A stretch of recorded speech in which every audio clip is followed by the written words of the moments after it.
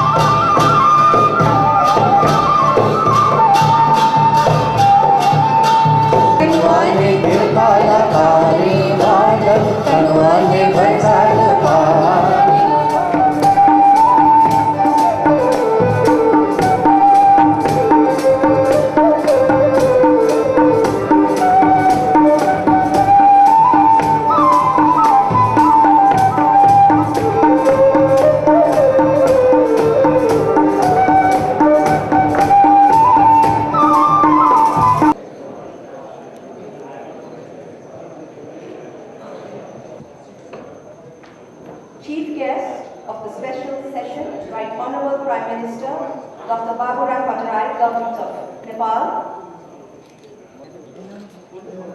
of the International Conference of Mountain Countries on Climate Change organized by the Ministry of Environment, Government of Nepal.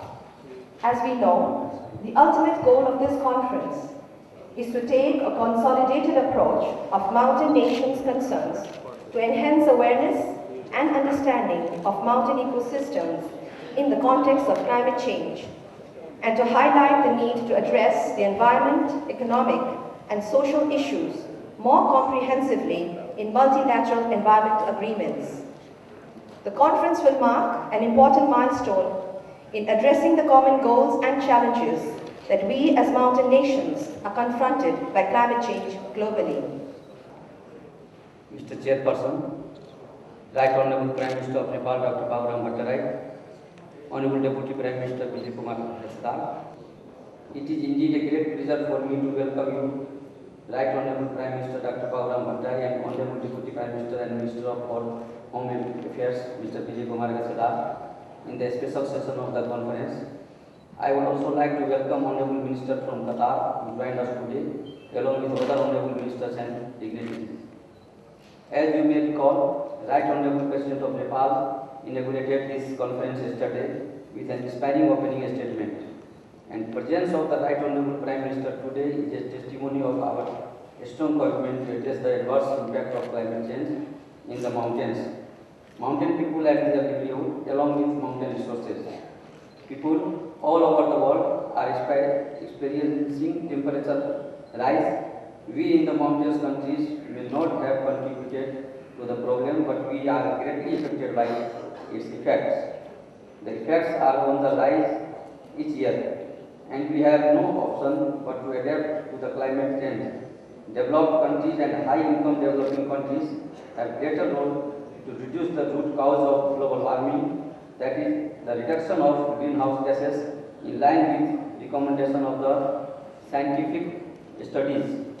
Nepal considers the Climate Change Convention and the Kyoto Protocol as appropriate international instruments to reduce GHGs emissions. These instruments open avenues to convince our development partners to invest more on climate change programs. Our collective efforts today might bear the fruit for tomorrow. Yesterday we discussed about the impact of climate change on the mountains. Honorable Ministers, Member of Parliament and representatives of international institutions focused their presentation and discussion on mountains and climate change. The security and stability of each nation and all peoples, our prosperity, our health, our safety are greatly challenged. Several ideas have come up to draw a roadmap to address these challenges.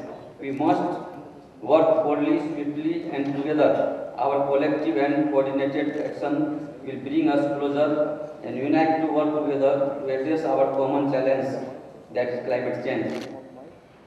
This will further help to bridge knowledge gap and safeguard the interest and concern of the people living both at mountains and downstream. We must now rush to find fair and equitable solutions in as many places as possible.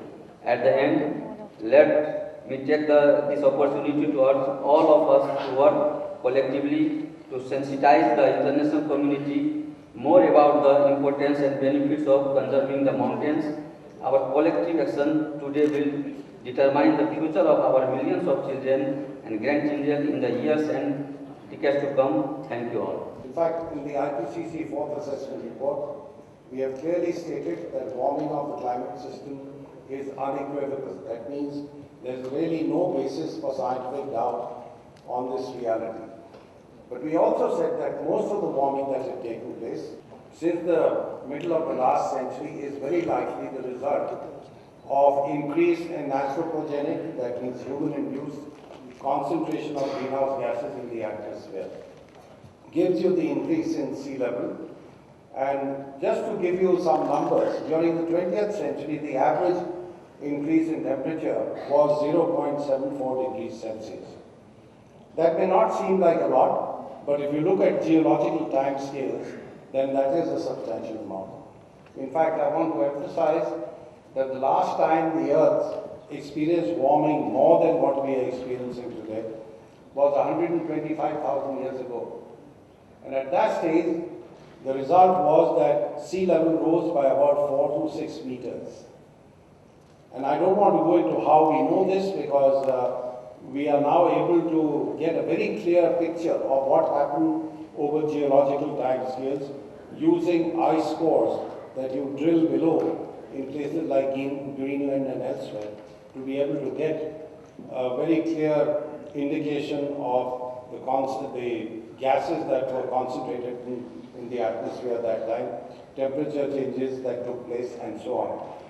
However, the 0.74 degrees increase in the last century is phenomenal. It's much higher than what we have seen for a long period of time.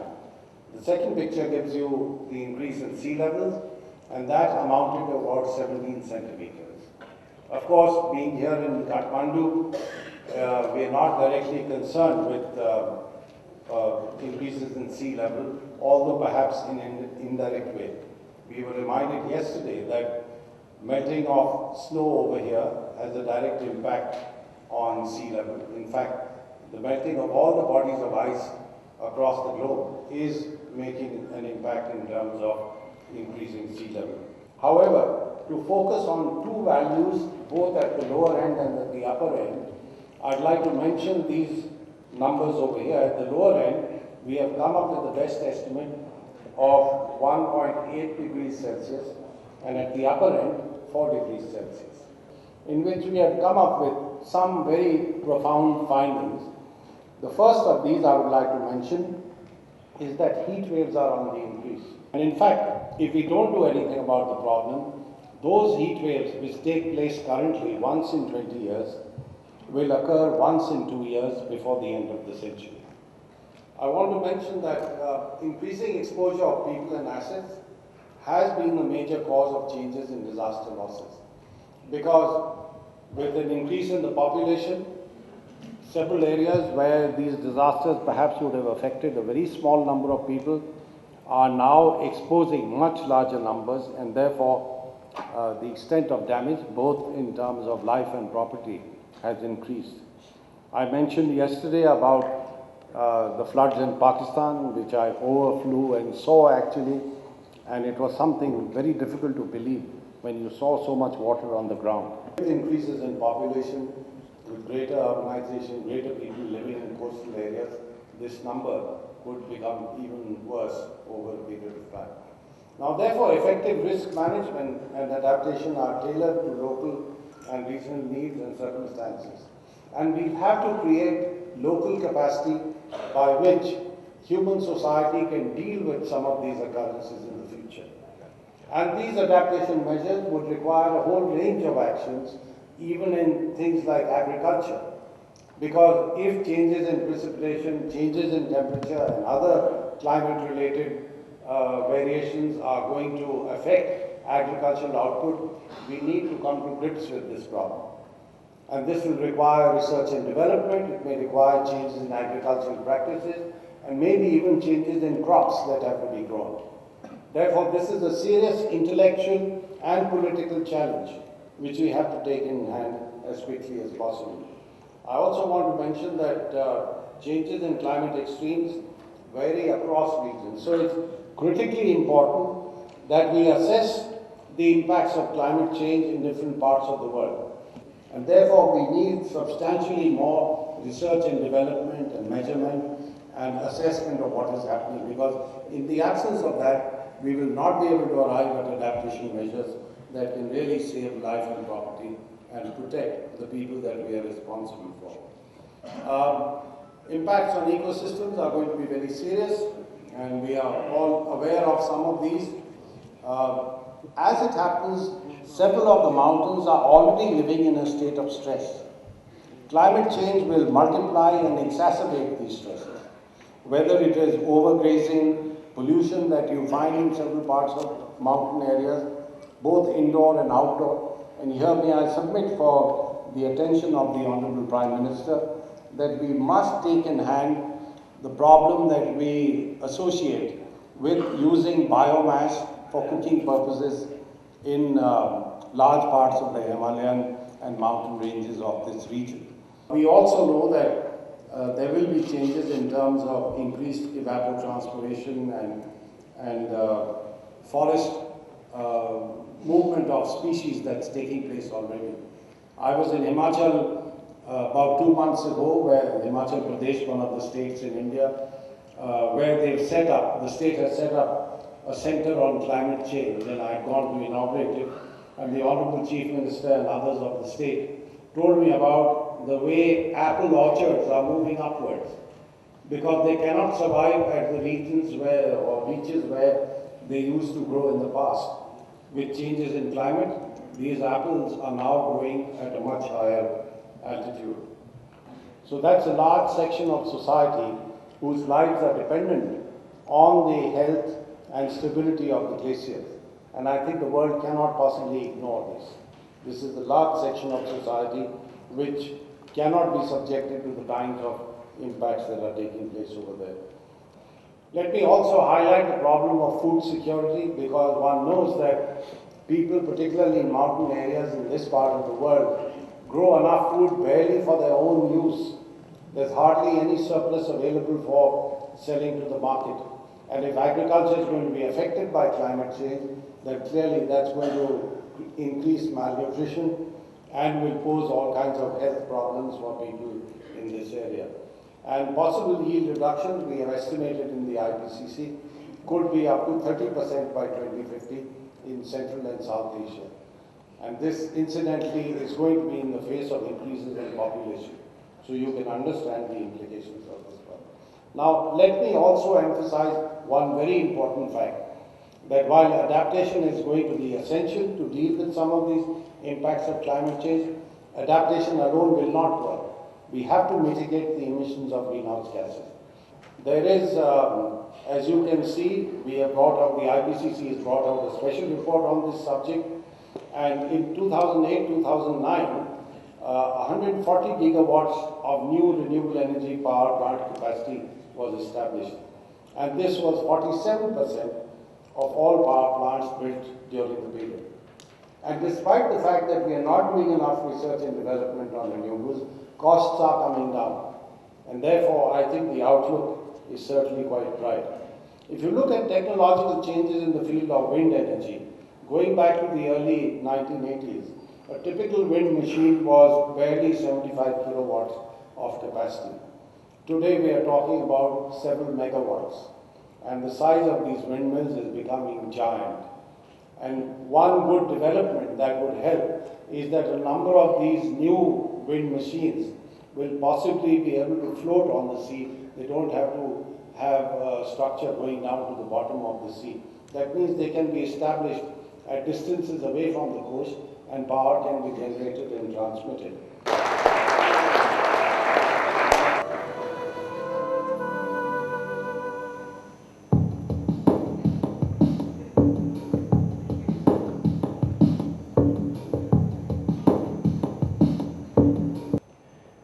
conference provides an important forum for the mountain countries to enhance sharing of knowledge and experience on impact of climate change on the mountains and to discuss various possible approaches to address the associated concerns.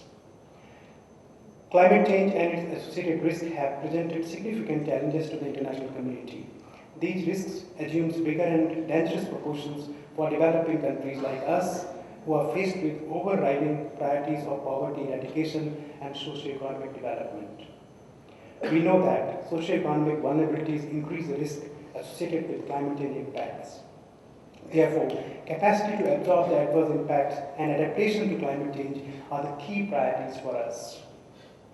Excellencies and distinguished delegates, while developing countries have taken ambitious steps to address climate change at significant cost to the economies, the international response to climate change under the United Nations Framework Convention on Climate Change is unfortunately not getting much traction, owing mainly to the failure of developed countries to lead and fulfill their due obligations.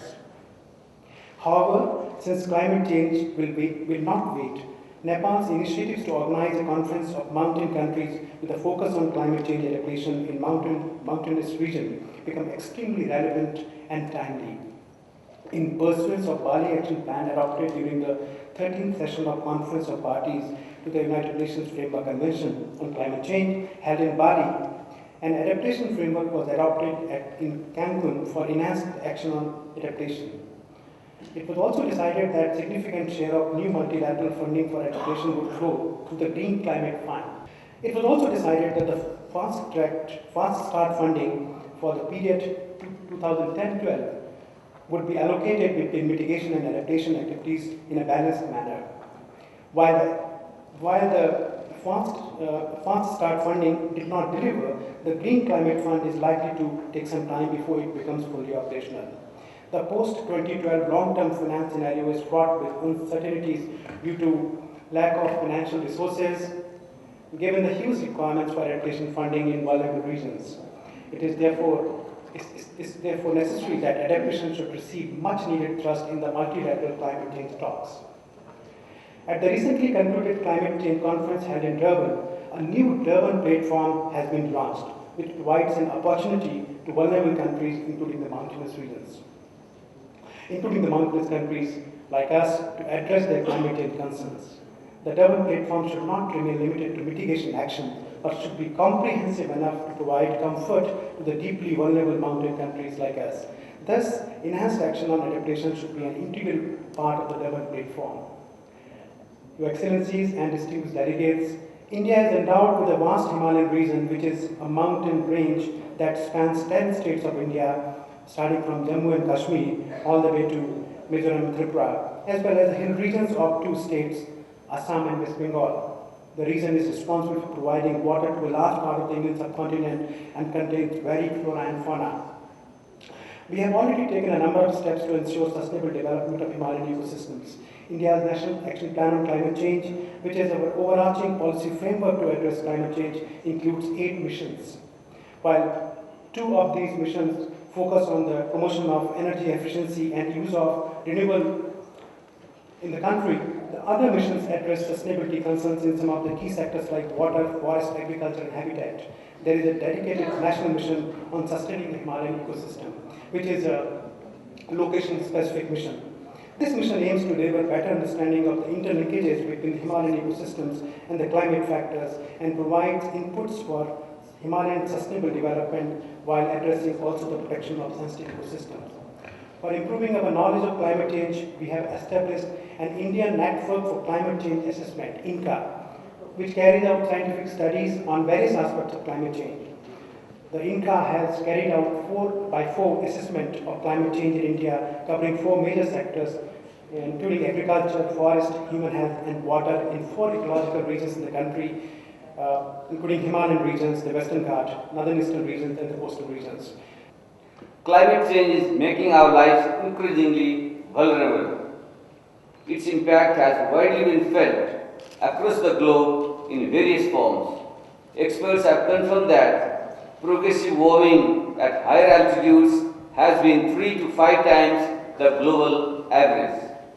This rapid warming is evident in our observations of increased snow and glacial melt and the frequency of extreme events such as devastating floods and droughts, which have exacerbated problems of hunger and poverty in many mountainous regions.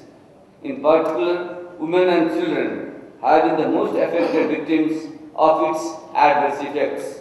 Therefore, I feel that, firstly, we need to be cognizant of and responsive to the sufferings of the people for meeting their urgent needs for survival, and secondly, join them in preserving the ecosystem that nurtures them. Only then can we afford to engage in any meaningful discourse on development and also in a series of negotiations. It is our privilege to have amidst us the distinguished chair of the Intergovernmental Panel on Climate Change. The IPCC Fourth Assessment Report, issued in 2007, had alerted us about the alarming state of global warming and accelerated climate. Just to recall, it stated that warming of the climate system is unequivocal. With a tone of greater certainty, it then cites the recent incidents of climate change such as widespread global temperature increase. 11 of the last 12 years, that is from 1995 to 2006, being the warmest ever years, more frequent hot days and hot nights, increased sea level rise and decreased snow and ice sheets in various parts of the globe. All these reports, including the keynote speech by the IPCC chair yesterday and today, clearly suggest that the window of opportunity is closing fast and we need to act now and decisively. Therefore, we need to emphasize here that its adverse consequences will hamper our efforts of economic development and improved well-being of the people if no corresponding measures are taken in time. The cost of inaction or delayed action will be much higher in future. Our future depends on our action today. Mountains are a great source of energy, food security and biodiversity, providing water and ecosystem services to the billions of people living both upstream and downstream. They are homes to humanity, blessed with the richness of ethnocultural diversity and traditional knowledge. Yet, they have been rather disproportionately affected by climate change and so are yet to receive adequate focus in international climate change negotiations and relevant forums. This realization led us to believe that impacts of climate change on mountains and on the people depend on them for their livelihoods needs to be minutely understood and holistically analyzed, and concrete actions need to be taken to address them. This propelled us to launch what has been known as the Mountain Initiative since COP15 in Copenhagen. The essence of this initiative is that mountains and the people living there deserve to be better treated when it comes to investing in climate change adaptation. Mountains hold enormous resource potentials and opportunities, but they also carry a risk of disastrous consequences if we continue to neglect them. The world has rightly accorded special priority to oceans, atmosphere, sustainable cities and transportation. We feel that the time has come for the world community to accord similar priority to mountain countries that are especially vulnerable to the impact of climate change and global warming. The UNFCCC process has been instrumental in putting the issue of climate change on the world radar. Climate change and its impacts have indeed become a global issue of paramount concern. We feel that the unrestricted, private profit-driven development models that have been in use till now have created and accelerated this problem to the detriment of sustainable human development.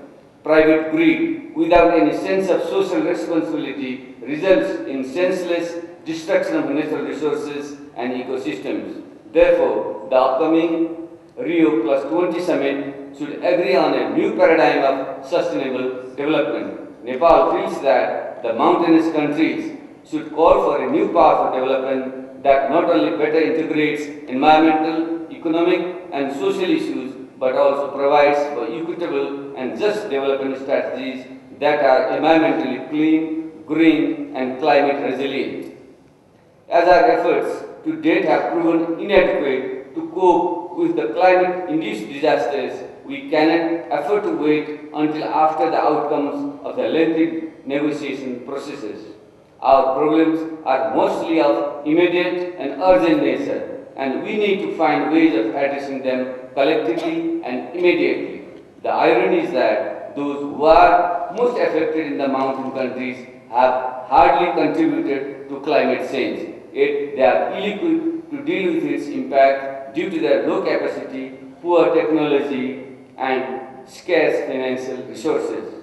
The developed countries that have contributed the most in the destruction of the environment must naturally assume greater responsibility in repairing the damages of climate change. Nepal is on the front line of climate change effects and ranked among the world's 5 most climate vulnerable countries. We are a country where climate change is challenging the very survival of people as well as the core of our limited infrastructure through accelerated climate-induced disasters. This conference will provide us opportunities to further comprehend challenges and opportunities in our treasures of nature and human civilization and share and learn experiences and best practices to protect them.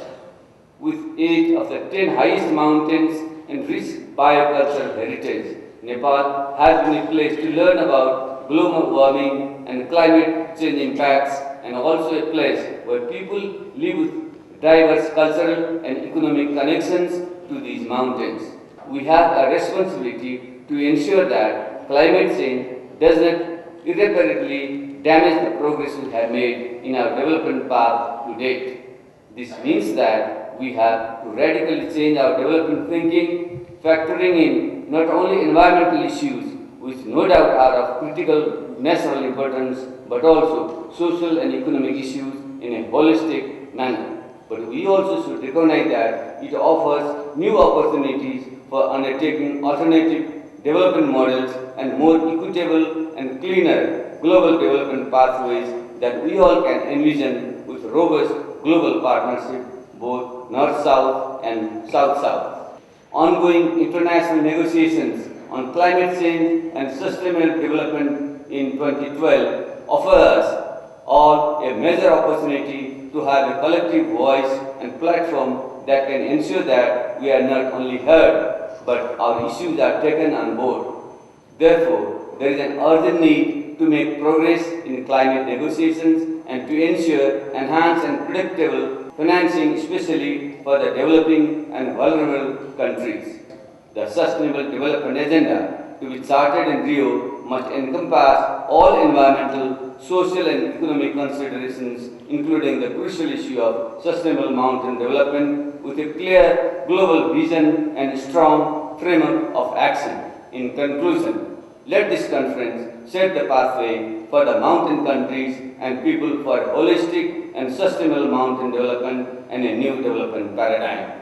I wish you all a memorable and comfortable stay in Kathmandu that you will also enjoy our cultural diversities. I wish the conference a grand success. I thank you all for your kind attention. ويسرنا أن نعلمكم بأن قد تم تشكيل لجنة عليا للإشراف على تنظيم المؤتمر برئاسة سعادة السيد عبد الله بن حمد العطية الرئيس المنتخب للمؤتمر الأطراف الثامن عشر وبعضويتي مع عدد من الوزراء، كما أنه قد تم تشكيل عدد من اللجان الفرعية تعني بالجوانب الفنية لهذا المؤتمر. We have established a higher committee chaired by His Excellency Abdullah bin Hamid Al Atiyah, the President designate for COP 18 CNB8. A number of other ministers, including myself, are members of this higher committee. In addition, there are several subcommittees that have been established for both logistic and technical issues. نحن جميعا نعلم أن التغير المناخي هو أحد التحديات الأكثر إلحاحا التي يتعين معالجتها من قبل المجتمع الدولي، وأنه من المهم عقد المفاوضات بطريقة بناءة وتعاونية، ومع ذلك فنحن اليوم لا نتفاوض، وبالتالي أحث المشاركين على أن يعبروا عن آرائهم للحوار المفتوح والصريح. We all know that climate change is one of the most urgent challenges to be tackled by the international community, and that it is important to facilitate negotiation in a constructive and collaborative manner. However, today we are not negotiating, hence I urge participants to be open and frank in expressing their views. We believe that any discussions must take the interest of all groups and parties under the atmosphere of cooperation, inclusiveness and transparency. On behalf of the Ministry of Environment, Government of Nepal, and also the distinguished participants to this international conference on climate change, I would like to express a deep sense of gratitude to the Right Honourable Prime Minister, who has been the chief guest of this special session today. We are so happy to have him with us here this morning because he inspired us by his illustrious presence and enlightening address. His remarks have been a key message to lead us toward what we are aiming to achieve through this conference, that is, a consensus framework for cooperation reflected through the Kathmandu call for action on mountains and climate change. We hope we will be successful to achieve that. He is drawing attention to the plight of the people who are most affected by the climate-induced risks and vulnerabilities, and his call for acting urgently and collectively to mitigate those risks were very opportune.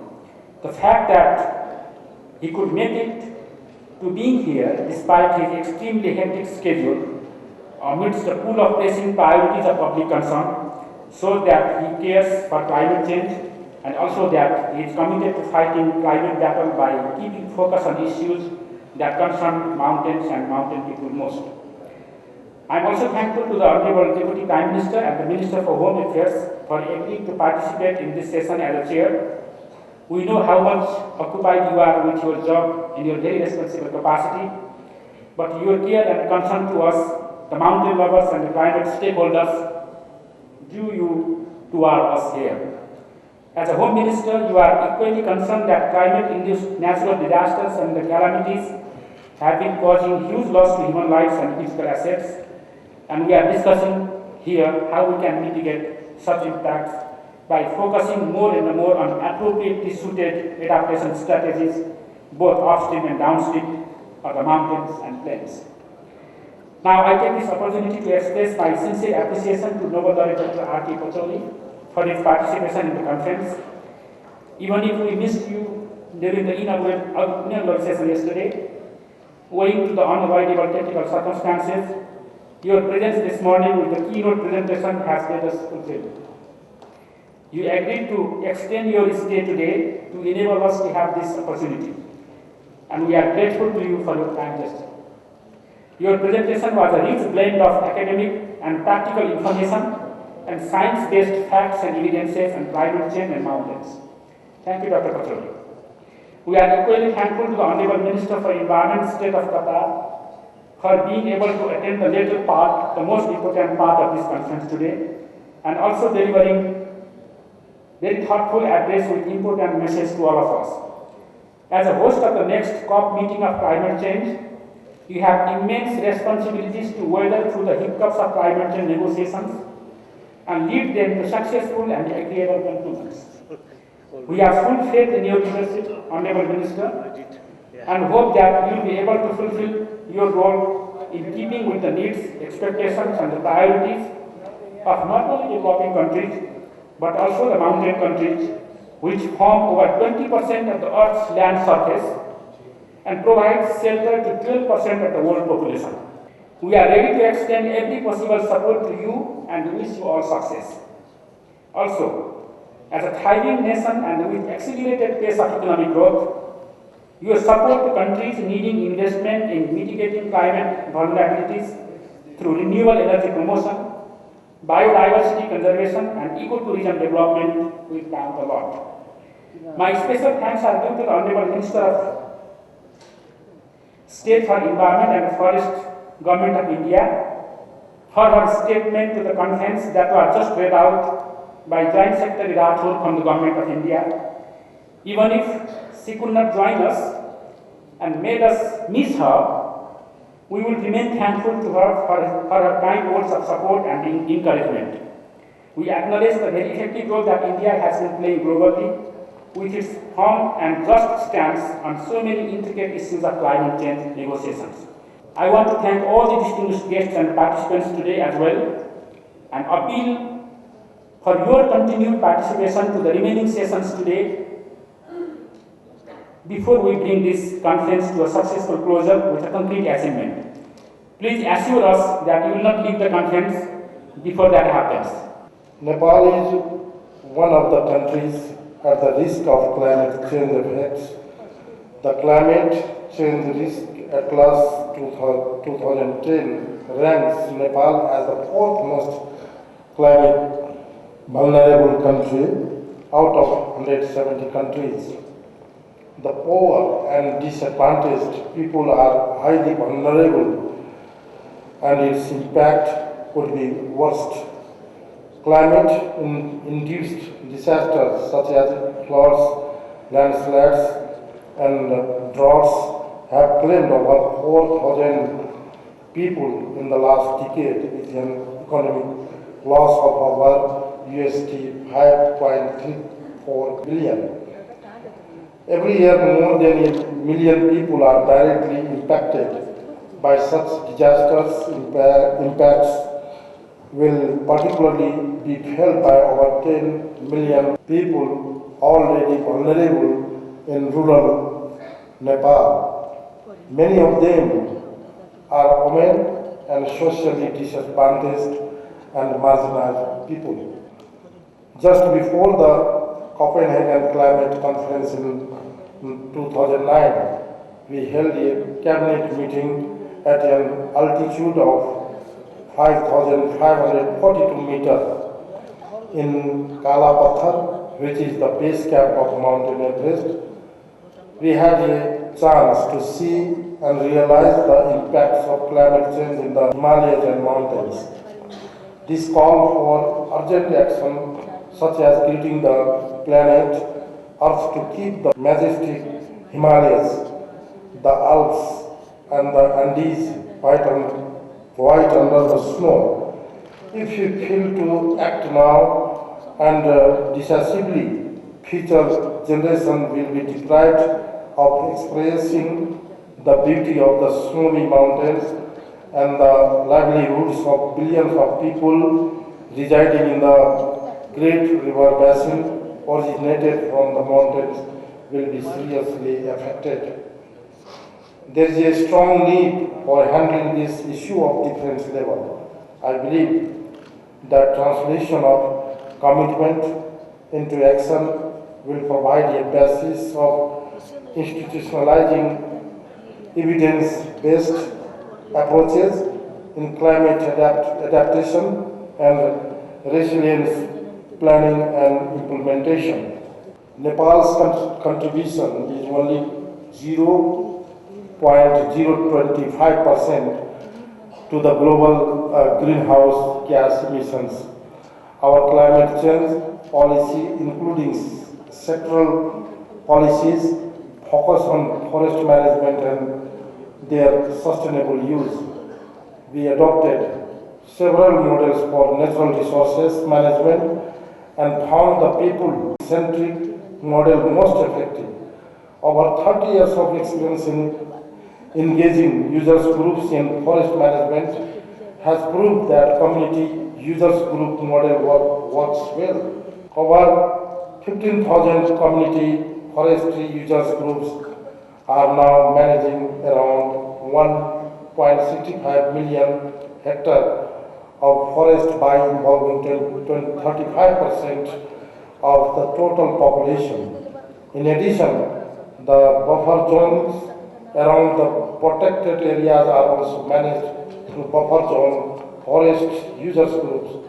This has contributed greatly for carbon sequestration, and it has prompted us to expand people's participation in development sector. This has permitted us to implement community-based climate adaptation activities. Given our huge potential of hydropower, solar and wind energy, we have already adopted for low carbon development path. We need substantial finances and technologies to tap and best utilize the renewable energies. At the end, let us make this conference a milestone of hopes and success for present and future generations to harness the bounty and beauty of our green planet with white snowy mountains and pristine blue seas and skies. Let us stop doing anything that converts the snowy mountains into black heavens. Let us work together to bring a positive change and make our efforts productive and sustainable our efforts. The conference outputs will guide us in that direction. I wish for every success of this conference. Thank you all. During these two days, yesterday and today, and also before, was international expert meeting, which we was decided, or which we was discussed about problem which all mountainous countries have. Mountainous ecosystem or impact of climate change to the mountain ecosystem, which is mostly forest, glaciers, and other issues. Here we can say that all we have the same problem in South Asian regions, the South problem in Central Asia, and the South problem in African region, as our distinguished colleague was provide information about impact of climate change to African region, and also another colleague was provide information about impact of climate change to Latin American countries. As we saw, all we have the same problem, and we need to find out together the approach how to work together and how to find the issues or how to find the things or approach to work together and to find for adaptation to the mountainous countries. If we'll take the glaciers problem or the melting of the glaciers, here again we have the similar problem, which mostly the mountainous countries using the glaciers or melting of the glaciers for the energy, which we have mostly hydropower in almost all countries. In case of Tajikistan or in Central Asia, or Tajikistan and Kyrgyzstan, we mostly generate 98% of the energy is hydropower. And as we get from yesterday's or today's presentations, that Nepal also has the same problem, or the most generate energy is from hydropower.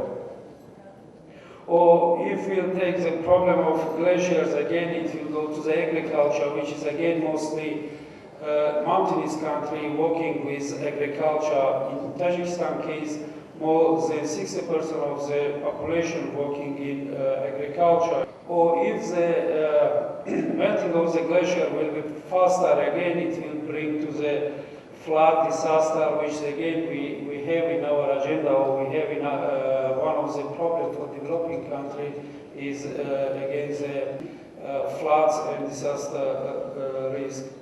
Take into account all this problem of mountainous problem we have in the UNFCCC Convention Article 4.8. There is one of the problem, or one of the sensitive things is countries with mountainous countries with fragile ecosystem, which need to be cared during the negotiation.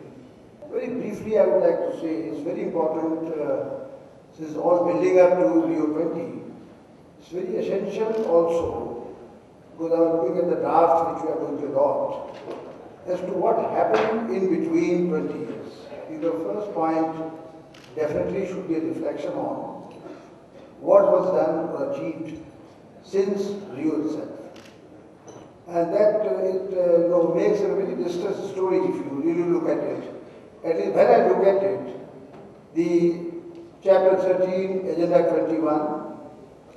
Agenda 21 had many, I think, themes which could have made a big dent had they been taken seriously. So I guess as far as I have been able to reflect, while Chapter 13 has been given a total miss, there has been no talk. In fact, I had the opportunity to attend the Bishkek Global Meet also in 2002. And I have not come across any assessment reports of the countries. So my first, I think, submission would be that the countries which attended the Rio ought to come out with some paper statement as to what they have done in the last 20 years by way of implementing Chapter 13 especially and Agenda 21 in general. And that itself would highlight as to how badly and sadly the mountains have been marginalized. Now, I speak from one of the states, which is mountain state in India, and I was waiting to hear from India and China an unequivocal voice that they would support the mountain cause through and through, but that has not come out. And I do not know to what extent the call from Kathmandu is going to appeal to them, nearer home. Because I don't see India and China not coming together in a big way to support the mountain call. So my first submission would be that in addition to making the combined call the mountain states, as the big giants, economies, which are definitely negotiating and at the head of the table when the international negotiations are taking place, while they are fighting for the just cause of mountain countries, within their own country themselves, they should see to it that the mountain regions also has the same space as they want space for the developing countries in the world. Countries like India and China, which are contributing so much and also spearheading the cause of the developing nations, ought to necessarily be taken on board, and their voice must be heard more loudly than we have heard last 3 days. I have not heard much, really. And of course, within the country, we are making our own efforts to ensure that the mountain states' voice is heard more loudly and more space is created for them in this policy making. That would be my first submission. I was very happy to see the local adaptation program launched yesterday. What is happening to that adaptation program within countries that I think must occupy larger space and time in discussion than it has taken hitherto. We have had too much of science on climate change. I think that would be said as one negative point of these last few days. We have had too much of science, climate change science, but we haven't heard much about what is really taking place in terms of adaptation. Speaking for our own country, I must say that even though we are making so much of effort to see that carbon space is equally occupied by everybody, I don't see much effort going to see that the adaptation, the field, is also taken that seriously. The adaptation programs, the action programs, we cannot wait for anybody. At least they have nothing to do with whether the mitigation efforts succeed or don't succeed. But adaptation cannot wait. So my second submission would be the adaptation programs within the countries. If you see the midway, I think, assessment, I had happened to see my own country's assessment report on Chapter 13. It was not a very good story to carry home. I don't know what is the position in respective countries which are attending here. I can very much bet that it will not be any better. So it is all the more reason that the mountain countries which are gathered here, I think the call whichever goes out here must stress the increasing and the chronic poverty levels which are increasing. In the expert committee, this was insisted that the word poverty must occur because it is deepening, getting more chronic, more endemic. And I think the world at large must take notice of not only the worsening condition of agriculture, per capita availability of food grains, because the climate change is going to further sharpen the kind of distress we are in. Food security issue has been raised by Mr. Pachori, a good friend of mine. But the issue is that the food security issues in our countries are also perhaps not receiving the kind of attention they should. And food security is essential, as is agriculture, which is the central point of it. more unequivocally endorse what is going to happen here, because they are not in need of money as other countries are, and these two Asian giants can definitely make a major difference to the mountain regions of these countries. And of course, all the effort which we are seeking, but I don't see much hullabaloo about the carbon credits and carbon funds. We have spent hours and hours narrating the problems of how to access the carbon funds. They are countries which don't need so much of the carbon from the outside. They have resources themselves. So why that is not being attended in those countries? We have reason to ask. I am a stakeholder, I belong to the mountain areas, and definitely we are going to raise the issue within our country. We are raising the issue in our country as to what we have to do with the negotiations. We don't want to wait for the negotiations to take place positively. Action must start here and now. That is the need of the hour, and the countries have sufficient scientific backup, sufficient scientific knowledge, and that is what they should be attempting. I'm sorry for taking this long, but I think what is more required is action at home, while joint action abroad or outside in the community of nations is required. But I think major countries, even Pakistan, India, China, three countries in Asia, where the mountain regions are huge, the entire Hindu Kush region is there, I think, and whose poverty levels we have seen the DG himself narrating as to how the poverty levels are increasing, so it is not acceptable. Chile is the longest and narrowest country in the world. Its average width between the Andes, running all around the country and the Pacific Ocean, is 177 kilometers. So we live between mountains and the ocean. Almost 80% of the territory is formed by mountainous systems. In addition to the Cordillera de los Andes, on the east there are mountain alignments running north to south, and the Cordillera de la Costa on the west, as well a number of transversal systems running east to west, particularly in the north of the country.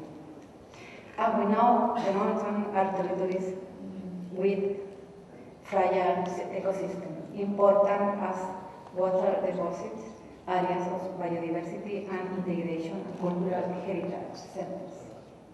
They represent a key source of living sustenance. So our country is a privileged one for its natural diversity. But the fact that Chile is largely surrounded by high altitude territories turns it into a country that is vulnerable to the effects of global warming, because, as it is widely known, mountains heat up more than valleys. Therefore, the effects of climate change are more severe in these territories, declared as early indicators of the effect of global warming without precedent in the past 1,000 years. Chile has a high economic dependence on mountains. It's estimated that a percentage of close to 8.2 million of our population depends directly or indirectly on mountainous ecosystems. Indigenous people and their subsistence, productive mining enclaves, the exporting sector, international quality tourism, and of course, fresh water. This also means that the mining, agriculture, fisheries, forestry, agriculture sector exert a strong pressure on the ecosystem and biodiversity at all levels. As to the inhabitants' topography in mountainous areas of Chile, according to the 2002 census, it's estimated a population of 4 million inhabitants. Climate change is considered one of the most serious threats to the global environment, with a negative impact on human health, food security, economic activity, water, and other natural resources. The global change is evident at all times. As for rainfall, there are indicators that change will occur in spatial and temporal distribution. Future annual rainfall simulations show that by the end of the century, there will be a 10 to 30% decrease as compared to the present in the central southern zone of Chile.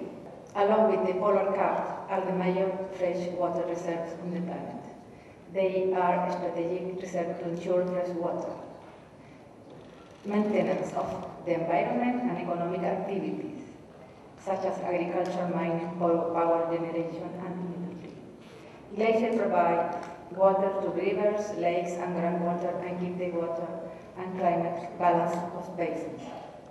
As fresh water is a natural resource that has no substitute, it's undoubtedly the basis for development of life on Earth. The decrease in the snow, rainfall, and the rise in temperature as a result of climate change reduce ice by up and increase melting of glaciers. It has already been observed the disappearance of some glaciers and the retreat of others. In terms of funding, we left Durban with empty hands after approving the creation of a green fund. It's clear that the global financial crisis will delay contributions coming from developed countries with a serious consequence to those countries that already assume internal political compromise to reduce GDP, as is the case of Chile. Last year, we took the decision to reduce in 20% our GDP by 2020, using 2000. An effort should be also done in the area of intellectual property. We expect to count with more generosity in this area from those companies already involved in providing solutions to cope with climate change. In terms of funding, I want to highlight the needs to have the Green Fund working as soon as possible in a transparent way. We don't want to repeat the experience we had with the ones approved in Copenhagen. The idea of transferring this responsibility to the private sector could become a heavy burden to the developed world, especially to the least developed countries. This complex scenario should bring the G77 to a more proactive role in the next COP18. Time is coming to look climate change with a more humanitarian approach than an economic one. If we manage to accept it, we will be giving an important step ahead. Myanmar is situated in Southeast Asia between two big countries, India and China. Due to a wide range of geographic formation, Myanmar has very diverse and unique ecosystem. About 42% of total land area is covered with mountains, and 7 out of 14 states in the region are mountainous region. More than 12 million, or 24% of total population, are living in the mountainous area. Mountain has been providing us many benefits to the other areas, because almost all the mountain areas are covered by the forest. Mountains play a very important role to address the current environmental issues, such as degradation of watershed area, loss of biodiversity, climate change, and global warming and so on. In the mountain area, most of the ethnic community, they are practicing traditional shifting cultivation. For that, it causes soil erosion and depletion of the forest resource. We urgently need to address the remedial measure, such as improved agroforestry techniques with cooperation with other organizations. We have also been experienced vulnerably by impact of climate change. After severely suffered by tropical cyclone Nargis in 2008, people are aware of climate change and environmental issues, ecosystem stability, and sustainable development of natural resources to be frank and express openly. Compared to other developing countries in the region, Myanmar is far behind in terms of cooperation and collaboration efforts of mitigation and adaptation measure of the climate change due to political constraints in the past. For example, National Adaptation Plan of Action, NAPA, is yet to be finalized. However, we have been trying our best at our own capacity and also working together with some of the international and regional organizations such as ICMON for the sustainable mountain development.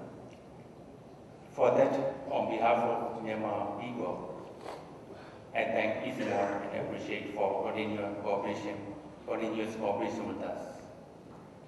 As discussed yesterday, climate change has no border. It is indeed cross-border issues.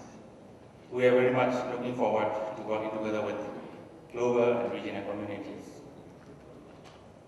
Under the United Nations Framework Convention on Climate Change, there are a number of financial support programs, such as Adaptation Fund, Special Climate Change Fund, LGS Fund, Green Climate Change Fund.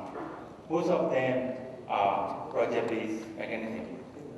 In this sense, although funds are allocated for each and every country, we must have capacity to formulate project concepts and proposals to submit to the board. Now, Adaptation Fund Board is approaching the direct access through national implementing entities rather than MRE. Thank you very much for your attention. The scale of the problems associated with climate change is vast and deep. It impacts the economy, social sphere, and ecology. The three pillars of sustainable development jeopardize the achievement of our targets at the national and international levels. Copenhagen, Cancun, and Durban have shown how difficult are the issues of development of new approaches to address climate change in the medium and long term. They reiterated once again the need for urgent and concerted actions, particularly to the mountain countries. Kyrgyzstan is a mountains, landlocked developing countries. Over 94% of the territory is under vulnerable fragile mountain ecosystems, which are exposed to global warming in the form of raising of annual temperatures by 0.8 degrees, which is higher than the global average. According to our experts, by 2050, the area of glaciers in Kyrgyzstan will be halved, and by 2100, glaciers would disappear altogether. Agenda 21 defined mountains as water towers of the world, and the mountain peaks covered with glaciers are also commonly called the South Pole of the Earth. We are extremely concerned about the impacts of global climate change on mountain ecosystem. The intensive melting of glaciers, entails the reduction of fossil resources, rapid increasing incidence of landslides, mudslides, floods involving numerous casualties and causing considerable damage to the economy, loss of biodiversity, land degradation, and other negative consequences caused by global climate change. Change of hydrological regime of mountains, rivers, in the long term towards a decrease of water volume will inevitably impact ecosystems located downstream, which is especially relevant for the Central Asia region, with an arid climate and intensive population growth.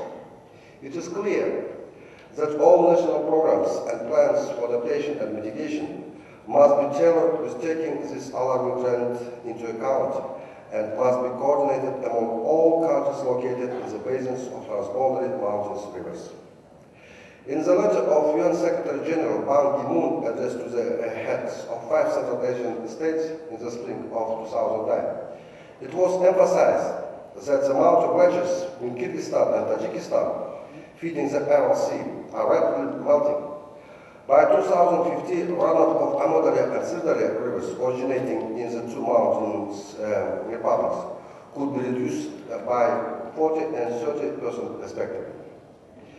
Kyrgyzstan has repeatedly drawn the attention to the international community to the problems of mountain ecosystems. In 1998, the UN General Assembly, upon the initiative of Kyrgyzstan, took the historic decision of the International Year of Mountains in 2002 and organized the first Global Mountain Summit in Bishkek. Issues of adaptation and mitigation of climate change of mountain countries are our priority and are closely linked to sustainable development. Many mountain rivers are transboundary in nature, and in the light of the trends of climate change, impact and reduction of surface water runoff cause problems in cross-border cooperation among upstream and downstream countries. It is clear that our actions in the mountains are limited, and our actions will determine the prosperity of ourselves and future generations. Now we understand the issues and challenges, how we could address them through international negotiation process. Let me share my feelings on this based on my 4 years of experience in the climate negotiation process. Most important instrument where impacts of climate change could be addressed for the mountains is the Climate Change Convention. The legally binding instrument we adopted and we developed and adopted in 1990. In the same year, the plea of the mountain communities was reflected in the Chapter 13 of the Agenda 21 during the Rio Summit 20 years back. The parties to the UN Framework Convention on Climate Change had already agreed to work on climate change and the mountains and associated support to the mechanism. For instance, Tajikistan has already indicated there is an opening in the Article 4.8 of the Convention that provides opportunity to work together.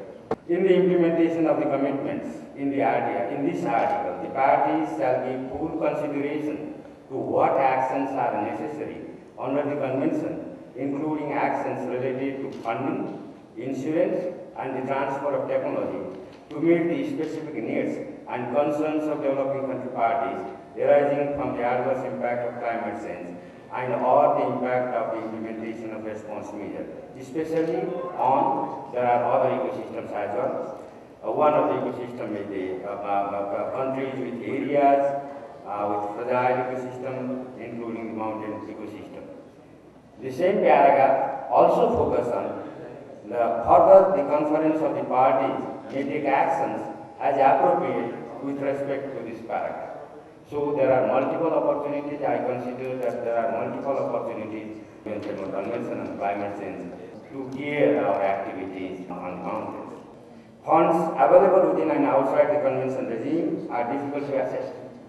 There are funds, but it is not easy to assess.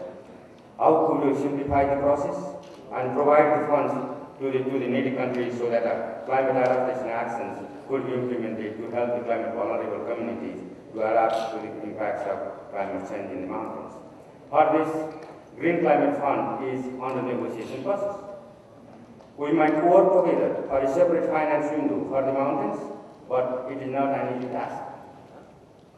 Whether we can introduce it as a window or not, but we can start the process on it. It needs a lot of efforts.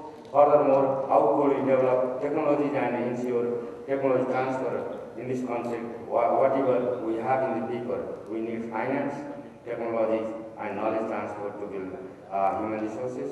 Again, I think the Article 4.8 provides provision.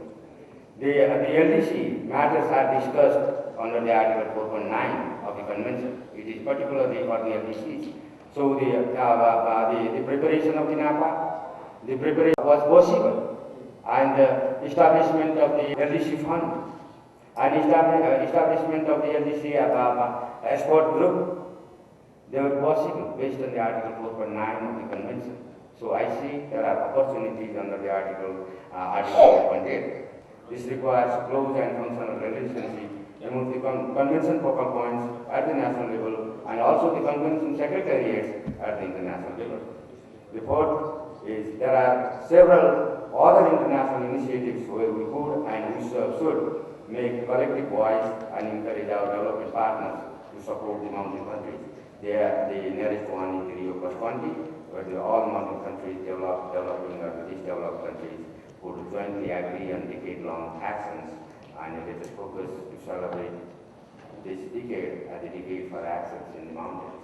Consider two-pronged approach, how we could enter through the existing system, such as the conventions, and what are the areas we need to negotiate with our partners to ensure mountains in the global development agenda. And then, at this point of time, I would like to urge all mountainous countries to designate at least one person in your delegation, specifically for the mountain agenda, and this will help to create networking and raise collective voice for the mountains in the international negotiation process.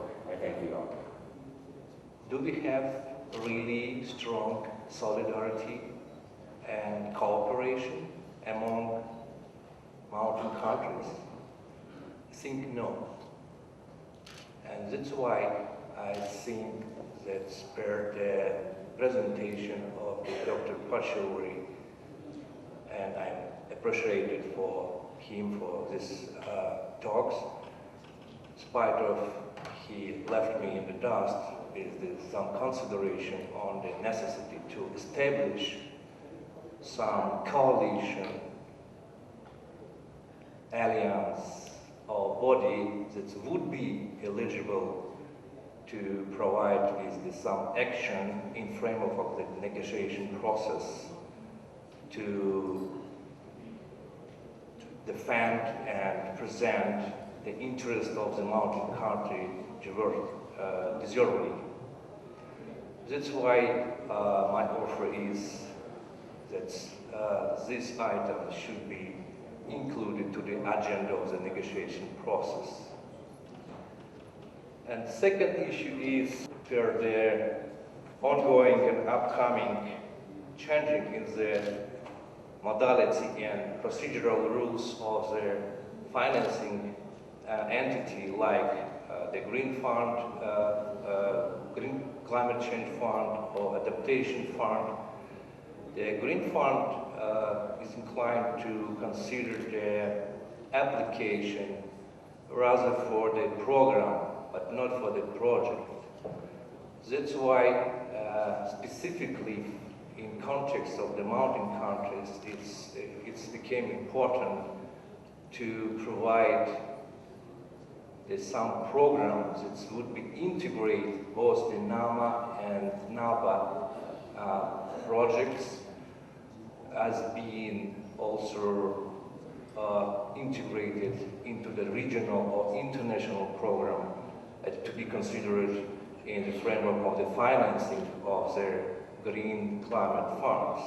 It's second issue that could be promoted in framework of the negotiation process, both in the SUBSTA and SBI subsidiary body.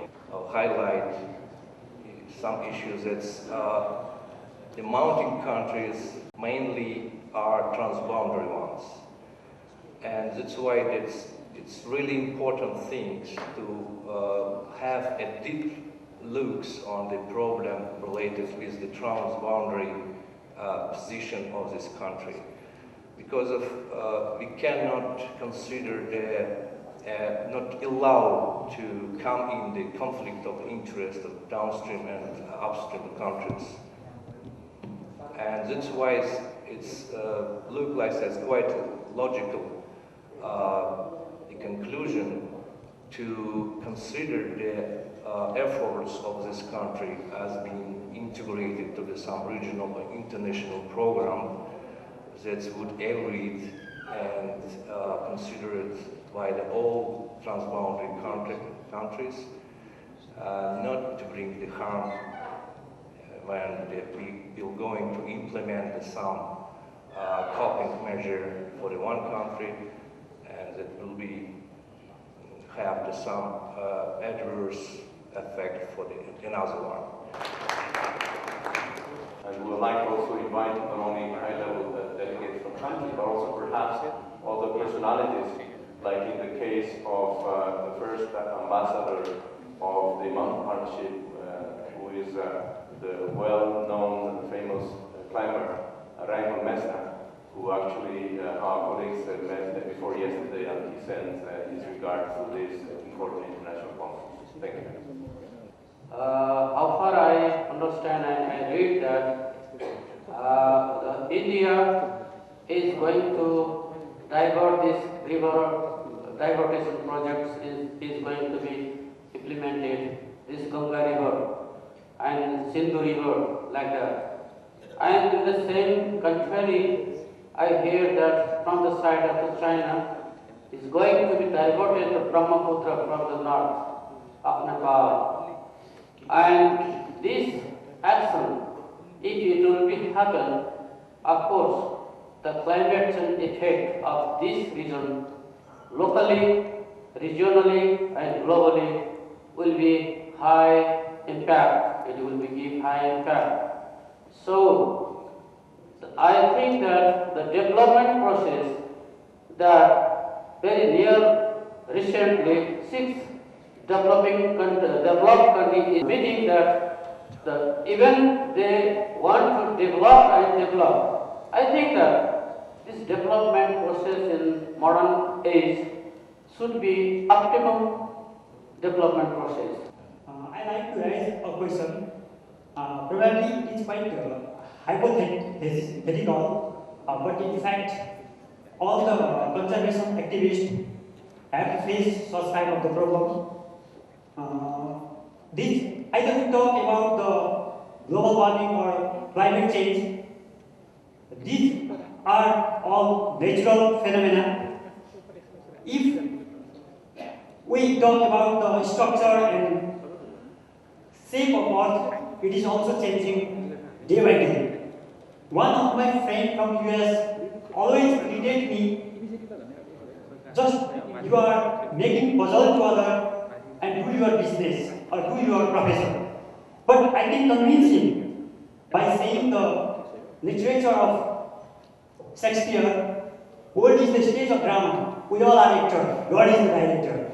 I can convince him, but the local people, the grassroots people who are in fact the conservator, how we can convince them? Aside from the governments to take the agenda to the international negotiation process, do we really need other parties to help with us, such as private sector and civil society? There was a good example of Mr. Chairman on the workshops. I think movies also were some good examples yesterday. So they're all works that media put together.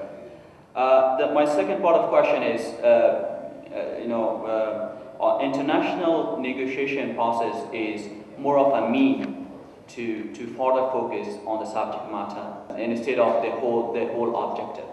I think we should do something practically at the mountainous country level. Could be South Asia, could be South to South region. Could you give us some recommendations or some of the activities that we should do? There were a couple of examples brought up yesterday and as well as today. For example, association of mountainous countries. Do you think we need also a financial system, like a fund or a bank for mountainous country to take care of the financial issues and other technical assistance? Thank you. Mr. Chairman, I'm very appreciative to this arrangement of this conference, because it seems many things are coming out that we hoped to see come out. I'm here with my colleague from Africa, and we certainly will carry the message and the initiative down to our countries. But coming back to what we are looking at, negotiations, we've included this item on how to carry forward the mountain agenda in the negotiations at Rio+20, as well as the UNFCCC. I remember where we have reached was a result of an initiative by the government of Nepal, and being consistent and pressing through negotiations that picked up in COP15 in Copenhagen. And then later it continued, I remember, in Cancun and South Africa. But all the time we've been sidelined. We had side events. The modalities will be developed for developing countries in general in Bonn, so in next month. So we have to be very careful to put, say, mountain issues over there in the formulation of NAPs. And also we can access especially the process for nurse for LDCs. And the topic, which is climate change and mountains in the international negotiation processes. And I think it was a stock taking of why we have not been able to really negotiate our position. As a politician and also as somebody who works in the environment, I have one suggestion to make. Till now, I've just followed I've been to one intersessional in Bonn last year, and I was very disheartened to see the almost non-presence of the mountain agenda in any of the discussions.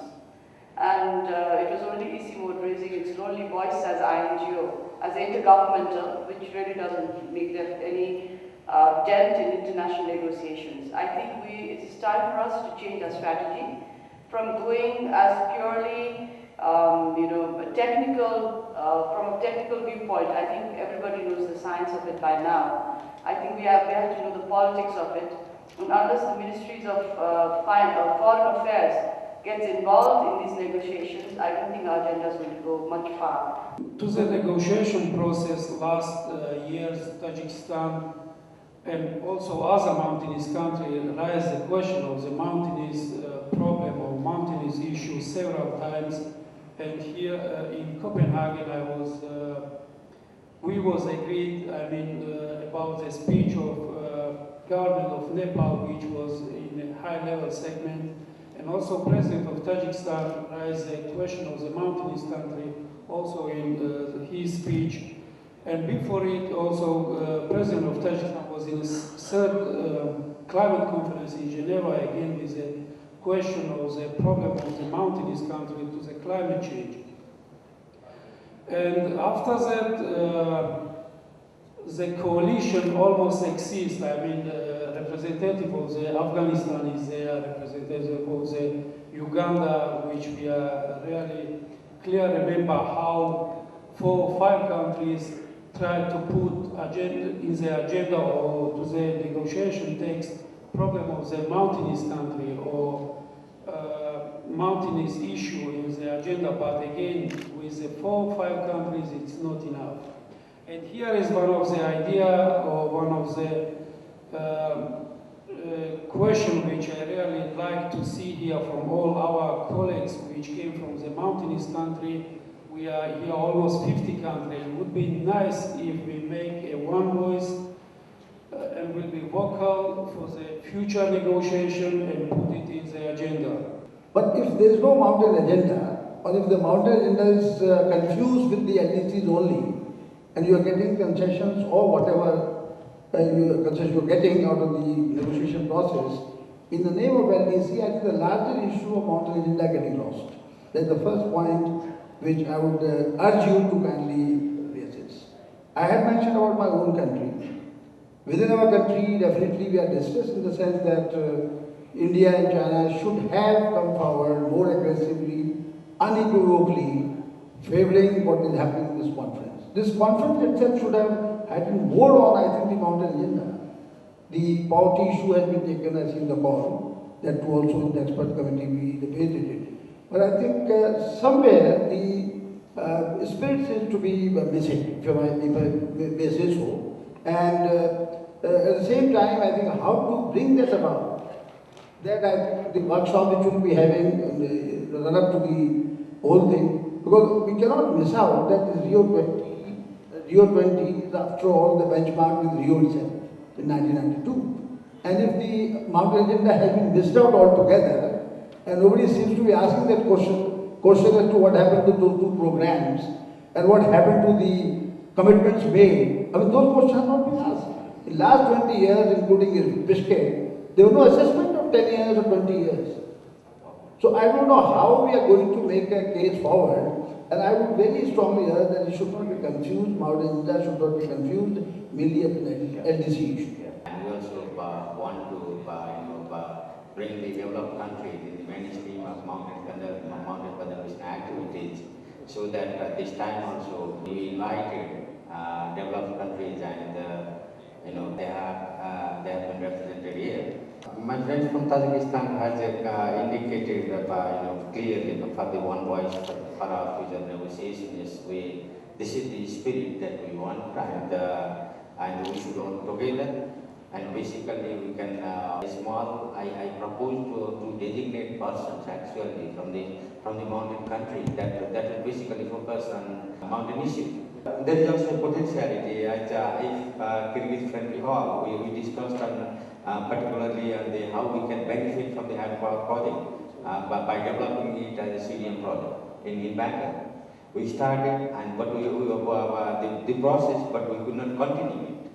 So let's have some major issues that could be brought to the attention of the international community during the negotiation process, and if we stick on that, I think we can benefit.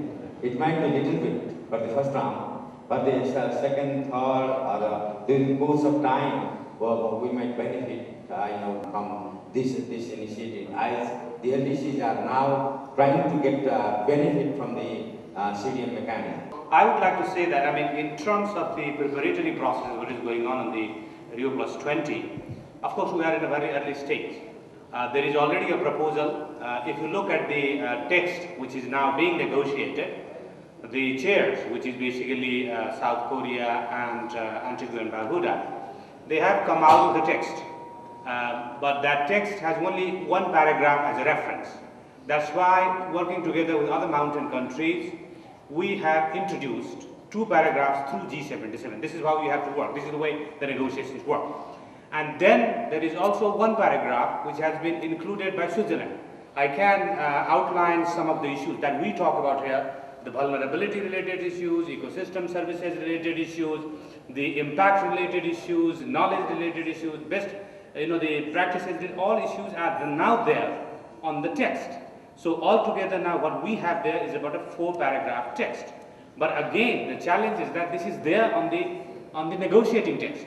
Now, what happens from now to the next 2-3 rounds of negotiations will determine where we are. Now, in terms of the assessment of the progress, whether we have made or not in the last 20 years, I think there is a report by the Secretary General of the United Nations which he has submitted, and it talks about yes, the lack of much progress, but also gives a lot of information about what is happening around the world, especially in regard to the mountain countries. But again, if you look at the whole analysis of the report which is submitted by the Secretary General to the Rio Plus 20 processes on the mountain issue, to the CSD basically, which is basically Commission on Sustainable Development.